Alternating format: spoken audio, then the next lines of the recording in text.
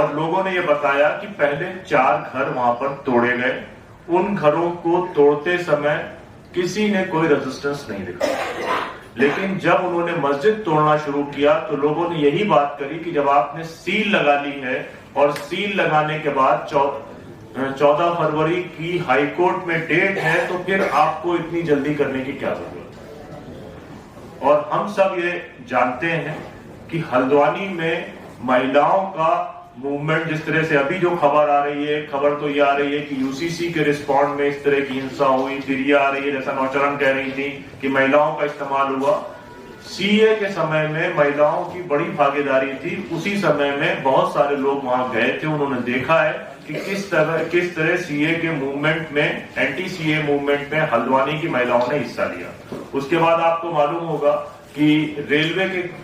खिलाफ जब जमीन का आंदोलन वहां पर शुरू हुआ, उनकी पूरे जमीनों को कपूर नगर के पूरे उजाड़ने की बात हुई, जिसमें तकरीबन 5000 मकान थे। उस समय भी वो मूवमेंट पूरा वहां की महिलाएं ही लीड कर रही थी। तो ये एलिगेशन लगाना कि ऑल ऑफ सडन महिलाएं आ गई, ये समझ से बाहर है। दूसरी बात ये कि वहां पर जितने भी लोगों से हमने बात करी, उन्होंने एक बात बहुत साफ बताई, और ये पिछले 2018 से जो भी इस तरह के अटैक्स हो रहे हैं उनमें एक बात कॉमन है, चाहे वो उत्तर प्रदेश में हो, चाहे वो बिहार में, चाहे मध्य प्रदेश में,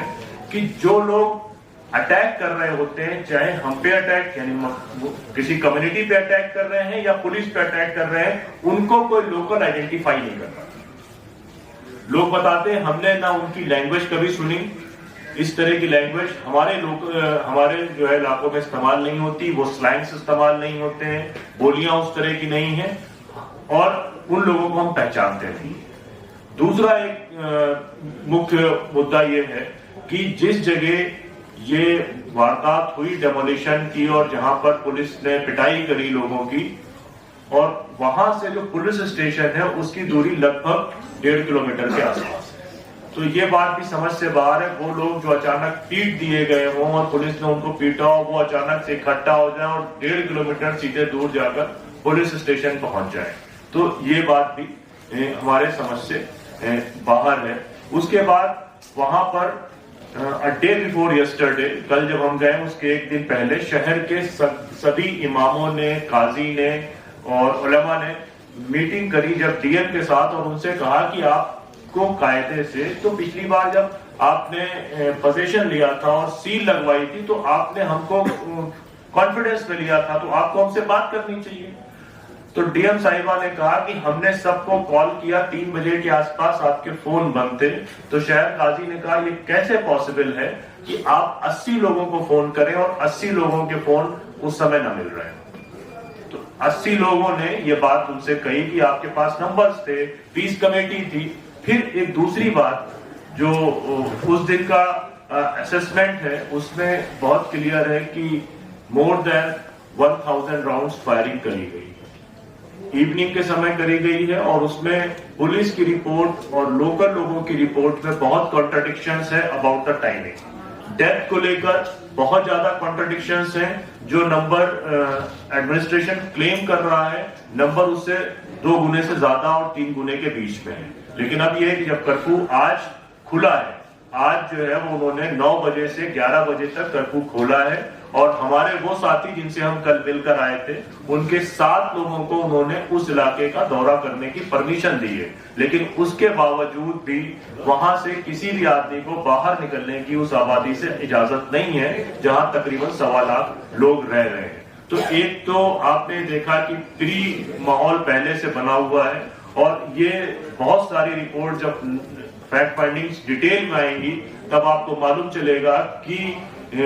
जो पूरा पॉलिटिकल डेमोग्राफी चेंज करने का एक पूरा अभियान उत्तराखंड में चल रहा है, और सब कोई ये बात कह रहा था कि उत्तराखंड में एक ऐसी सीट है हल्द्वानी जिसमें आता है नैनीताल उधम सिंह नगर की, जो किसी भी हाल में वो हार जाएंगे। पहले लोग विधानसभा के इलेक्शन के समय इसी मुद्दे को उठाया गया कि लोग बाहरी हैं, इनका वोट छीन लिया जाए, और अब नजूल की जमीन या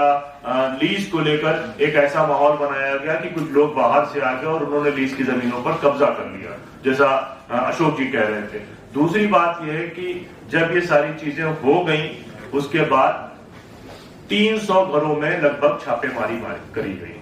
पुलिस ने 300 घरों में छापेमारी करी, उसमें औरतों की पिटाइयां हुई, उसमें घरों के बर्तन तोड़े गए, सामान तोड़े गए, और बहुत से लोगों ने अगर डर के मारे अपने घरों पे ताला लगा लिया गया तो उनके ताले तोड़कर उनको बाहर निकालकर उनको अरेस्ट किया गया। और अरेस्ट के नंबर्स बिल्कुल मिनिमम इसीलिए हैं क्योंकि लोगों का ये कहना है कि डिटेंशंस बहुत बड़ी तादाद में है। एक उसी हल्द्वानी में ही ये पर्टिकुलर एरिया के नजदीक 15 किलोमीटर दूर एक कोई स्पेशल स्कूल है, अकॉर्डिंग टू द सोर्सेज, वो ये कहते हैं वहां पर एक इंटरोगेशन रूम बनाया गया है और सारे लोगों को पकड़ कर ले जा रहे हैं। बट जिन लोगों से कल हमने फोन पर वार्ता करी, उन्होंने ये बात कही कि आप ये देखें कि नंबर ऑफ डिटेंशंस बहुत ज्यादा है। FIR is talking about more than 5000 people have been involved, लेकिन अरेस्ट इतनी कम इसलिए है क्योंकि वीडियो सैंपल्स मैच नहीं कर पा रहे, लोग लोकल नहीं है। तो ये सारी चीजें हैं, लेकिन इन सब के बाद दो चीजें जो सवाल उठाती हैं कि 6 दिन तक आप ये क्लेम कर रहे हैं कि हमने विद इन 24 आवर चीजें कंट्रोल कर ली और चीजें पीसफुल हैं, लेकिन 6 दिनों तक आप लोगों को एक्सेस नहीं दे रहे हैं, कर्फ्यू में कोई ढील नहीं दे रहे हैं और कम्युनिकेशन कोई सेटअप मेंटेन नहीं कर रहे हैं कि कोई पीस कमेटी बनाई जाए, कुछ लोगों से बातचीत करी जाए। एक मजाक किया गया है वहां पर। एक मानव अधिकार कमेटी बनाई गई है 5 लोगों की, जिनमें से 5 के 5 उसी शहर के पुलिस के लोग हैं, कोई एसी इंस्पेक्टर है, कोई DSP है। तो वो 5 लोग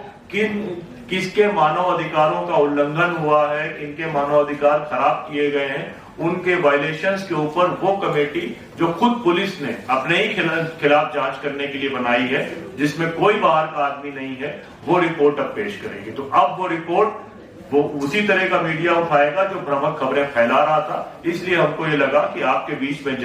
आए और एक रिपोर्ट आपके सामने पेश करें और फिर उसके बाद जो नेक्स्ट हमारी डिटेल्स होंगी उस पर हम काम करेंगे। लेकिन उसके साथ एक दूसरा बड़ा प्रॉब्लम यह है कि तकरीबन जो 27 लोगों को ऑफिशियल अरेस्ट किया गया है, उनके पास में कोई लीगल सर्विसेज नहीं है। उस इलाके में बनभूलपुरा में 50 वकील रहते हैं, लेकिन कर्फ्यू के कारण वो भी निकल नहीं पा रहे हैं। तो जिस आदमी को पकड़ा जा रहा है उसके खिलाफ पुलिस रिमांड ली जा रही है, उसकी पुलिस रिमांड को भी चैलेंज करने के लिए कोई लॉयर वहां पर मौजूद नहीं है। बहुत बहुत धन्यवाद। मैं अब एक रिपोर्ट को रिलीज करने की रिक्वेस्ट करूंगा अपने पैनल के लोगों से और उसके बाद फिर सैदा आपा और वजह साहब इस रिपोर्ट के ऊपर अपनी बात रखेंगे।